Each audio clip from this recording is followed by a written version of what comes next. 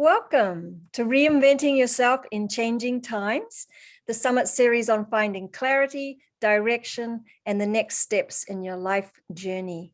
I'm your host, Mita Wise, wellness entrepreneur, and here today with us is Lisa Woodruff.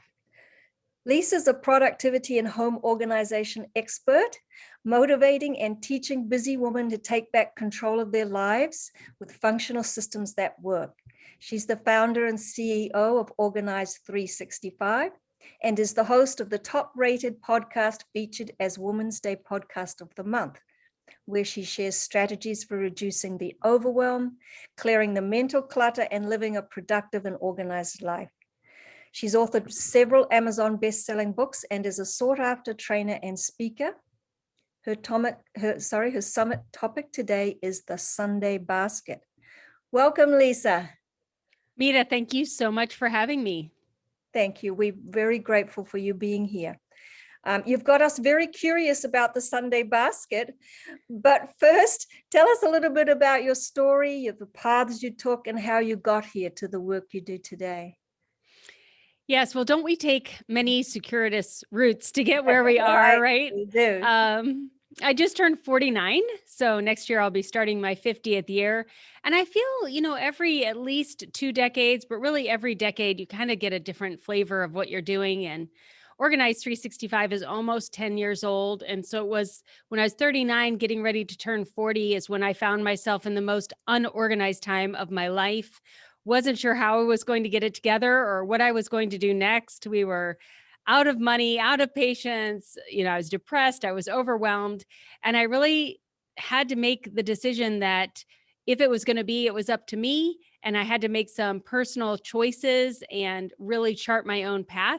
That's how Organize 365 started. So I started a company named Organize 365, and I gave myself 1 year to get organized and do what I was uniquely created to do, which was to be an entrepreneur of some kind.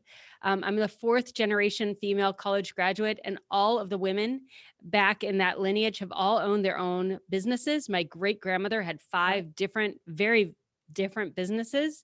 And so I knew it was my calling to be an entrepreneur and grow my own business. I just wasn't stepping into that truth for a long, long time.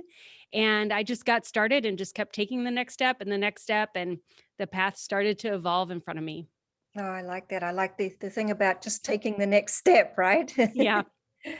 So I know you say getting your home in order is one of the first steps towards a more peaceful life. So tell us a little bit more about your work today. Yeah. So before I started to Organize 365, I was really heavy into direct sales. I had 2 kids that had special needs. So I spent a lot of time at home, but I needed to make an income, and direct sales was the vehicle I was able to do that for 20 years. And I helped other people do that as well. And what I noticed I worked with all women, and there was definitely a distinction between the ones that succeeded and the ones that didn't. And they all had the same passion to succeed. They all had the same desire to represent whatever product we were selling. The difference was the ones who were not successful got derailed by their household responsibilities, and the ones who were successful were either able to delegate or delete or defer household responsibilities in order to achieve their goals inside of the direct sales business. And the ones that were not able to achieve their goals, there were always these fires happening at home, these unexpected things, which really were expected when you think about it, that would derail them, but they wouldn't get right back on track with their own goals. The derailing of what they were supposed to do because the laundry wasn't ready, they didn't have the slip sent into school, the bill wasn't paid or whatever, not only derailed them in that minute, but it derailed them mentally and emotionally and made them feel like they weren't doing their primary responsibility of taking care of their home and their family. So they gave up the direct sales because they weren't being good enough about running their household, and they doubled down on running their household. Whereas the ones that could see those same exact instances, take care of the issue and get back into their direct sales business, were able to make more progress going forward. Wow. That's a great insight to start what you did today. How do we create our system? I know that you work with organization in the home is one of the major things that you do. How do we create a system to get our to-dos done and use our brain for thinking and everything it was designed to do? Yes. So I was telling you when I was 39 going into 40, I was in a state of disarray. The first time I felt the same way was when I was 29 going to be 30 and I had these two babies. Same exact thing. I couldn't get anything done. Like those people that I was working with in direct sales, the unexpected happens, the bill needs to be paid or whatever. You either do it and get back on your track or you don't do it or you do it and you get derailed. And I created this Sunday basket system 20 years ago on a Sunday night. Everyone was asleep, and I had a stack of papers this high at the end of my kitchen counter, and I divided them into 40 different actionable piles. And then I took them and I put them in little plastic folders and put them in a basket I had, and that was my first Sunday basket. And the next day at nap time, I was able to take a folder out, do what needed to be done, and then the kids woke up from their nap. And that's when I realized I had a system that worked. Just like this direct seller who could do whatever the task was and get back to what they were doing, this basket became my way of putting all of my ideas, all of my mail, all of the actionable to-dos that needed to be done in one basket. And each week, sorting that into little actionable piles that I could pull out and do when I had just a little bit of free time. It's evolved from there, but that's how it started. Like having a place to put those actionables. And then when you have these teeny tiny pockets of time, being able to get something out, do it, and have it done. I was really good at making to-do lists. You might be really good at making to-do lists. I was not good at making to-done lists. And so I needed a way to get done, like get something done. That's so true, isn't it? From to do to done. I love that. Yes. So how is the Sunday basket maybe different from other methods that people have tried about remembering how to do and when to do it? I think so in the last 5 years that we've actually made it a physical product with a course and all the supports that you would need, I realized that I am a very action oriented person. I maybe wasn't getting my to-do list done, but I was getting a lot done. Many people, when they see a whole big long to-do list, they just shut down or they just pick the easiest things off that to-do list to get that dopamine high. And they're like, oh, I'll tackle the rest tomorrow. What the Sunday basket did, I'm a teacher by trade. So, what I taught you to do is on Sunday, really think through your entire week. Realistically, how much can you get done? It's usually 5 to 15 things for the entire week. And we have like 200 ideas. And so, you have to get more manageable about what realistically can you do. And that thought process has you doing a couple of things. One, it makes you realize that your time is finite. It's not if you had this time alone at home, you'd be able to get everything done. That's not true. You're never going to be able to get everything done. And it also makes you realize that if you're going to keep the ideas, are they worth keeping if it's going to take you a long time to get to them? Because if it's not, then let them go sooner rather than later. So it's all about managing your expectations, your energy level, and really prioritizing what's most important to you instead of everything that you could possibly do. Great. And so how long would it take someone to go through their Sunday basket? To go through it, right? Yeah. So setting it up and creating that habit that you're going to do on a repetitive basis and feel like you kind of like have a handle on even the to-dos that you have to do takes about 6 weeks. And then to actually do it like on a Sunday, which you could pick a different day, it could take anywhere from an hour to 3 hours, depending on how much you have to do. But it will save you multiple times that throughout the week. So on average, most people spend 90 minutes on Sunday, and most people save about 5 hours during the week, not writing down to-do lists and trying to remember and going back the way they used to do things. And if someone forgets to do it, what do you advise? If they forget to do it on Sunday, Yes. well, one of two things will happen. One, if you forget to do it and this system really doesn't work for you, then maybe you'll go back to the old way of doing things. But when you forget to do it, you will all of a sudden, your days won't go as smoothly. You'll start to forget more things. You'll start to lose more time. And you'll start to realize that the benefit of spending 90 minutes on Sunday far surpasses having these chaotic weeks again. Really, what the Sunday basket does for you is it moves you from living a reactive life, like you're reacting to the mail and the email and the kids and the schedule and all of these things, to a very proactive person who's thinking and planning their future. And at first, it's really hard. It's even for productive people, it's really hard to go from a reactive season into a proactive season. It's like turning a whole big ship at one time. It takes a lot of energy, thought, purpose, like starting an exercise program. But once you do it for a while and you get a taste of what reactive life is like again, you go, oh, I don't want to go back there Right. because I'm not in control. I'm more anxious. I'm more stressed. I don't feel as good about myself and what I'm doing than when I do the planning. Mm, great. And you also have a 100-day home organization program? Yes, I'm so glad you brought that up second because I was an in-home professional organizer, and I used to say that you needed to get your home organized so that you could go out and do what you're uniquely created to do. But what I found was women who had a Sunday basket first were Mhm. successful in getting their home organized. People who tried to get their home organized but didn't have a Sunday basket for the unexpected things got a couple weeks in and then stopped. So the 100-day program is usually after the Sunday basket. And that's where I break your house into 115-minute a day tasks. And I guide you as a teacher through do this, do this, do this, do this, do this. And you turn around and your whole house is organized. Wow, that's great. So what advice would you give for people who they're afraid to start, they're afraid to start new things or they're afraid to even take the first step? What advice would you give? Yes, I find a couple of things. One, people fear that it's going to take longer than I say, and it may.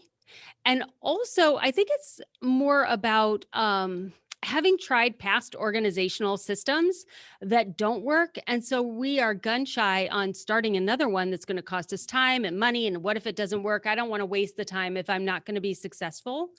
And what I would say to that is to try this task.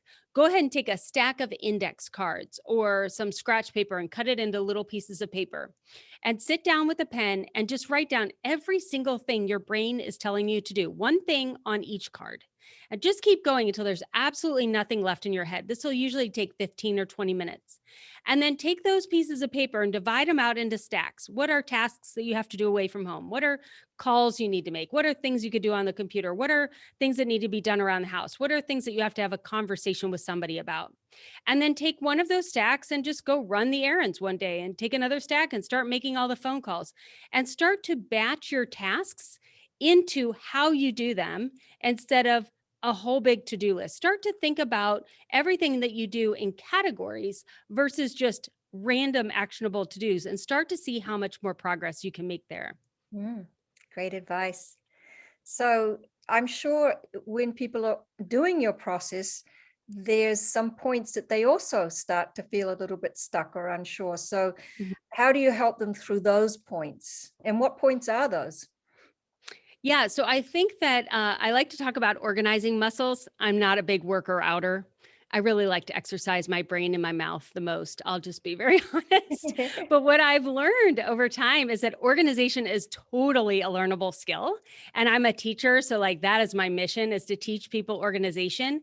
And as I've really pressed into this teaching the idea of organization, I realized that we're growing organizational muscles. Like, there may be spaces in your house that you easily organize, like your kitchen or your laundry room or your closet. You've done it before, gets out of control, but give you a day, you can get it back in check.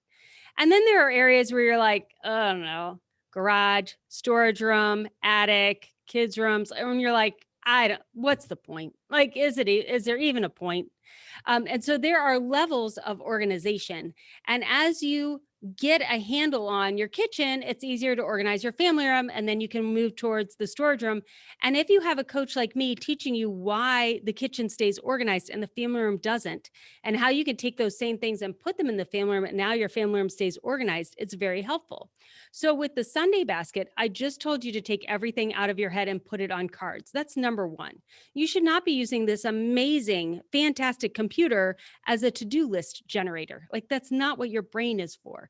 Your brain is for synergizing and ideas and talking and communicating. So get all your actionables out onto paper, learn to chunk them, and then learn to do these different tasks like you did in school: math, spelling, social studies. And then this system will keep all of those things in order and give you a cadence for doing those. but you do need support because you'll only get so far. So our basket comes also with online training, a 90-minute co-working time every single week. And then we also have certified organizers all over the United States and Canada that do in-person workshops or by Zoom and can really deep dive with you like a tutor to say, okay, here's what's working, here's what's not. Let's get your box really working for you and then take you to the next level of your organizing. Wow, great. And I know that you do offer a lot of resources and programs on your site. And you have some kind of an event coming up? Which one? The embrace. Oh, okay. Yes, I'm that's like, all right. I I'm know. always doing things, always doing things. We have an annual conference called Embrace. We do it one time a year. And that's really for people who've been following the podcast. They are or they're not getting organized, but they're really on this transformational journey, just like your summit is talking about, really moving from like, what is my life like today? And what do I want it to look like in the future? And because of the pandemic, everyone is in this place. Like we're all considering what are we comfortable with our personal COVID protocols? Like the pandemic is not going to be gone anytime soon. So what are our comfort levels? What do we want to do? Do we want to go back to the job we had? Do we want to create a new future for ourselves? Have we enjoyed having our family with us? Do we want to move them out into their own successful apartments? Like what are the things you want to keep that have been great about this pandemic time? And what are the things you want to change before we go back to a more open society? So we're all kind of in that transition. And Embrace is really a time where I am live with you on Zoom this year. It's going to be virtual. I mail you a package and I do a talk, and then we have some small groups where we get together and we talk about that. And then you open something that's in the package to cement that learning a little bit further. And I really walk you through what is the next transformation you want to make in your life. Fantastic. And you also mentioned in one of your podcasts, which sort of runs into that, you mentioned transformational freedom. So Mm. what is that? And what's the first, how do people move towards that, people who are listening today? Yes. So transformational freedom is one of our 5 values here at Organized 365. And I feel that as you transform your life, you get new levels of freedom. Like if you're holding really tight to something you have today, you can't reach out to the next thing that you have. It doesn't mean that what you had was bad. It just means you're ready for the next thing. Like, so the best example I can give you is my entire life growing up, all I wanted to do was get married and have children and be a stay-at-home mom. Like a 1950s housewife is not a derogatory term to me. Like was like my dream. And I was not able to get pregnant. We were blessed with adoption of 2 children and I did stay home. I ended up working from home with those children and I loved that season. I mean, I loved that season. But my kids are now young adults and I've started this company and I'm working in my own headquarters that I created.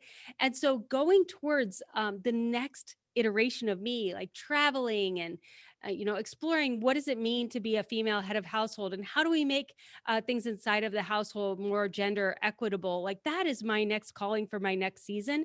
It doesn't mean that the years I spent as a stay-at-home mom were less than or not great or didn't serve a value. It just means that I'm ready to transform into my next level of freedom and my next level of freedom. I love that. Thank you. Wrapping up, if you were to leave listeners with one single action today, what would it be? This summit is all about who do you want to be and what are you reinventing yourself for the next season. I love to dream. Like I've always been a dreamer. I can't wait to get an airplane again because I always say my head is in the clouds, even though I'm on the floor. And I have so much clarity when I'm flying. Maybe my head really is in the clouds. I am always like dreaming about what the next iteration of myself will be and what some of the opportunities that are in front of me may manifest in the future. And so if you have not been dreaming for a while and you're not that 12-year-old in bed who's like dreaming, what are the future possibilities? Try it tonight. Like when you go to bed, just think about what if you ran for political office? What if you started a nonprofit? What if you volunteered for this thing? What if you started what if? And just kind of let that movie start to play in your head and put yourself in it and see what you think and keep doing it every night with something different. And something will start to take hold in you and then you won't be able to stop that movie and it's just going to keep playing and playing and playing and play into that. Like Really press into that because you were created uniquely to do something, to give the world some unique gift. And I can't wait to hear what it is. Oh, that's lovely. Thank you. Can you tell us a little bit about your free gift? Yes, we want to give you a free week to start your own Sunday basket at home. It's 7 emails that we'll give you, and each one will give you an actionable step. So you can get started at home with your free Sunday basket and start thinking about your to dos on a weekly basis and creating a planning habit so that you can have more time during your week. Great. And viewers, click below for all Lisa's links, including her free gift, the 7-day Sunday basket mini course. Any final thoughts, last words of wonderful wisdom? Mita, just thank you so much for having me here. I'm so, the pandemic has been such a hard season for us in so many ways. It's taken away a lot of our choices that we had, especially in the United States, a lot of freedoms that maybe we've taken for granted up until now. And I just want to say that there are always two sides of every coin. Like you could look at the negative, or as my husband calls it, the realistic side, or you could be a head in the clouds dreamer like I am. Every single instance that you look at has two different sides. So if you're feeling like, oh, I don't know if I can, I would love for you to say, but what if I could? Like, just what if I could, even for a minute, and think about the possibilities. Great. Thank you so much for giving us your time and energy and passion and love and your expertise. Thank you. And Thank you. yes, so that was Lisa Woodruff, and I'm Mita Wise.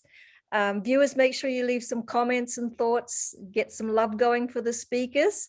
Make sure you listen to the next interview. That's it for today, and we will see you soon.